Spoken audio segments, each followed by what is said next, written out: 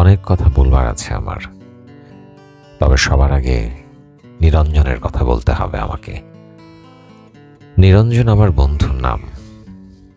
আর কোনো নাম ছিল কি তার আমি জানতাম না। ওর একজন বান্ধবী ছিল, অবশ্য কিছুদিনের জন্য সে তাকে প্রীতম বলে ডাকত। ওর বান্ধবীর নাম ছিল জয়লতা। নিরঞ্জন জয়লতার সম্পর্কে আমাকে কিছু বলেনি তেমন। জয়লতাকে কখনো কোনো চিঠি লিখেছিল কিনা সে কথাও আমাকে সে বলেনি। তবে জয়লতার চিঠি আমি দেখেছি। একটা চিঠি ছিল এরকম: প্রীতম, সময় গড়িয়ে যাচ্ছে। তুমি বলেছ এখন দুঃসময়, কিন্তু আমি জানি সব সময় সুসময়, যদি কেউ ব্যবহার করতে জানে তাকে। আমি বুঝি বেশি দিন নেই, যদি পারো এখনই তুলে নাও, নইলে অন্য পুরুষ ছিপড়ে খাবে আমাকে।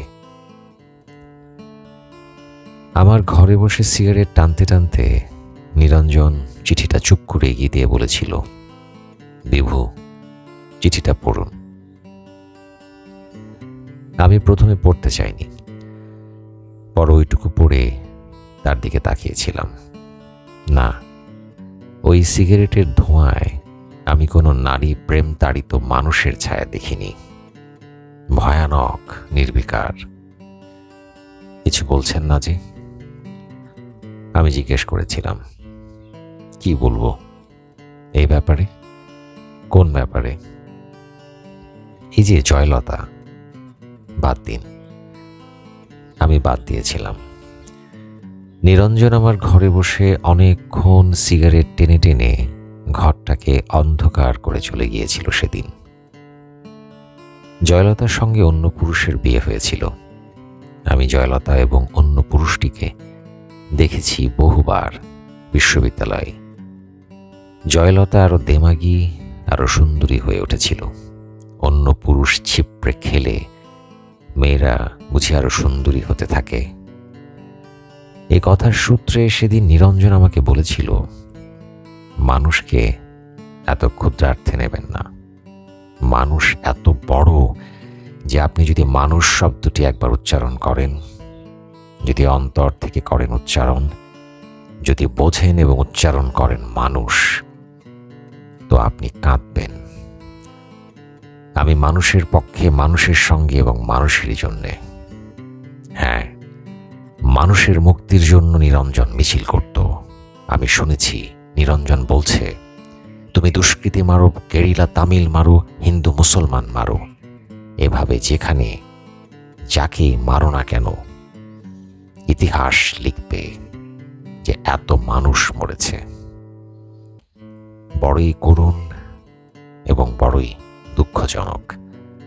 শক্তির সপক্ষে তুমি যারই মৃত্যু উল্লেখ করে উল্লাস করো না কেন, মনে রেখো মানুষই মরেছে। এই ভয়ঙ্কর সত্য কথা নিরঞ্জন বলেছিল। মিছিলে হাত উঠিয়ে বলেছিল, এভাবে মানুষ মারা চলবে না, মানুষকে বাঁচতে দাও। নিরঞ্জন আমার বন্ধু। নিরঞ্জন বাঁচেনি। তার উদ্যত হাতে লেগেছিল মানুষেরই হাতে বানানো বন্দুকের গুলি।